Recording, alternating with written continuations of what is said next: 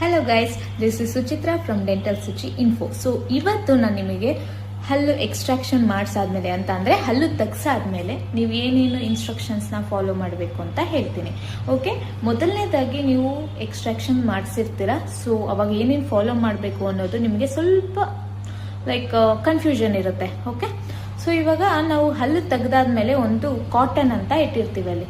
So ಕಾಟನ್ನ ನೀವು ಏನು ಮಾಡಬೇಕಂತ ಅಂದರೆ ಇದರಲ್ಲಿ ಇಟ್ಟಿರೋ ಜಾಗದಲ್ಲಿ ನೀವು ಕಚ್ಚಿ ಹಾಗೆ ಇಟ್ಕೊಂಡಿರ್ಬೇಕು. ಯಾಕಂತಂದ್ರೆ ಅದು ಪ್ರೆಷರ್ ಪ್ಯಾಕ್ ಆಗಿ ಆಕ್ಟ್ ಮಾಡುತ್ತೆ. ವಾಟ್ ಇಸ್ ಪ್ರೆಷರ್ ಪ್ಯಾಕ್ ಅಂತ ಅಂದ್ರೆ ಅಲ್ಲಿ ಕ್ಲಾಟ್ ಫಾರ್ಮೇಶನ್ ಆಗಬೇಕು. ಆ ಕ್ಲಾಟೇ ನಮಗೆ ಮುಂದೆ ಹೀಲಿಂಗಿಗೆ ಹೆಲ್ಪ್ ಆಗೋದು. ಸೊ ಆ ಕ್ಲಾಟ್ ಡಿಸ್ಲಾರ್ಜ್ ಆಗಬಾರ್ದು ಅಂತ ಅಂದ್ಬಿಟ್ಟು ನಾವು ಒಂದು ಪ್ರೆಷರ್ ಪ್ಯಾಕ್ ಅಂತ ಕೊಡ್ತೀವಿ. ಇವಾಗ ಒಂದು ಕೈ ಕಟ್ ಮಾಡ್ಕೊಂಡ್ರೆ ಹೇಗೆ ನಾವು ಅದನ್ನ ಗಟ್ಟಿಗೆ ಹಿಡ್ಕೊಂಡ್ರೆ ಅದು ಬ್ಲೀಡಿಂಗ್ ಸ್ಟಾಪ್ ಆಗುತ್ತಲ್ಲ, ಆ ಥರ ಅದೊಂದು ಸ್ಟಾಪ್ ಮಾಡೋದಕ್ಕೆ ಒಂದು ಪ್ರೆಷರ್ ಪ್ಯಾಕ್ ಅಂತ ಕೊಡ್ತೀವಿ. ಅದನ್ನ ನೀವೇನು ಮಾಡ್ಬೇಕಂತಂದ್ರೆ ಮಿನಿಮಮ್ ಒಂದು ಮ್ಯಾಕ್ಸ್ ಅಂದ್ರೂ ಒಂದು 45 ಮಿನಿಟ್ಸ್ ಟು 1 ಅವರ್ ನೀವು ಹಾಗೆ ಕಚ್ಚಿ ಇಟ್ಕೋಬೇಕು. ಎಂಜಿಲ್ನ ನುಂಗ್ತಾ ಇರಬೇಕು. ಎಂಜಿಲ್ ನುಂಗಾದ್ಮೇಲೆ ಏನು ಮಾಡಬೇಕು ಅಂತ ಅಂದರೆ 1 ಅವರ್ ಆಗುತ್ತೆ.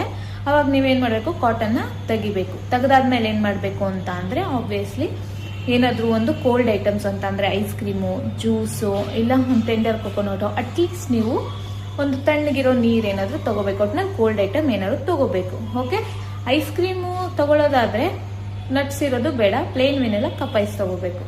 ಓಕೆ, ನೀವು ಜ್ಯೂಸ್ ತಗೊಂತೀರಾ ಅಂತ ಅಂದರೆ ಸ್ಟ್ರಾ ಯೂಸ್ ಮಾಡಬಾರ್ದು.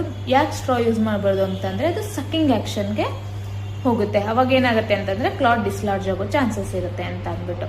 ಸೊ ಅದಾದಮೇಲೆ ಏನು ಮಾಡಬೇಕು, ಇಲ್ಲ ಅಂತ ಅಂದರೆ ಟೆಂಡರ್ ಕೊಕೊನಟ್ ಅಂದರೆ ಎಳ್ನೀರು ತೊಗೊತೀರಾ, ಆವಾಗ ಸ್ಟ್ರಾ ಯೂಸ್ ಮಾಡಿಬಿಡಿ. ಜಸ್ಟ್ ಹಾಗೆ ಕುಡೀರಿ, ಇಲ್ಲಾಂದರೆ ತಣ್ಣಗಿರೋ ನೀರು ಕುಡೀರಿ, ನೋ ಪ್ರಾಬ್ಲಮ್. ಅದಾದಮೇಲೆ ಒಂದು 5-10 ನಿಮಿಷ ವೆಯ್ಟ್ ಮಾಡಬೇಕು. ಆ್ಯಂಟಿಬಯೋಟಿಕ್ಕು, ಪೇನ್ ಕಿಲ್ಲರು, ನಿಮ್ಮ ಡೆಂಟಿಸ್ಟ್ ಅಂತ ಅಂದರೆ ಡಾಕ್ಟರ್ಸ್ ಏನು ಪ್ರಿಸ್ಕ್ರೈಬ್ ಮಾಡಿರ್ತೀವಲ್ವ ಅದನ್ನು ತಗೋಬೇಕು. ಸೊ ಅದನ್ನು ತಗೊಂಡಾದ್ಮೇಲೆ ಒಂದು 5-10 ನಿಮಿಷ ವೆಯ್ಟ್ ಮಾಡಿ ನೀವು ಊಟ ಮಾಡ್ಬೋದು. ಊಟಕ್ಕೆ ಬಿಸಿ ಗಟ್ಟಿ ಖಾರ ಬೇಡ. ಯಾಕಂತ ಅಂದರೆ ಲೋಕಲ್ ಅನಸ್ತೇಷಿಯಾ ಇರುತ್ತೆ ಅಲ್ವಾ, ಅಲ್ವಾಗೆಲ್ಲ ನಿಮ್ಗೆ ನಮ್ನೆಸ್ ಬಂದಿರುತ್ತೆ. ಬಿಸಿದಾಗಿ ಏನೋ ಇವಾಗ ಫಾರ್ ಎಕ್ಸಾಂಪಲ್ ಟೀನೋ ಕಾಫಿನೋ ತೊಗೊತೀರಾ.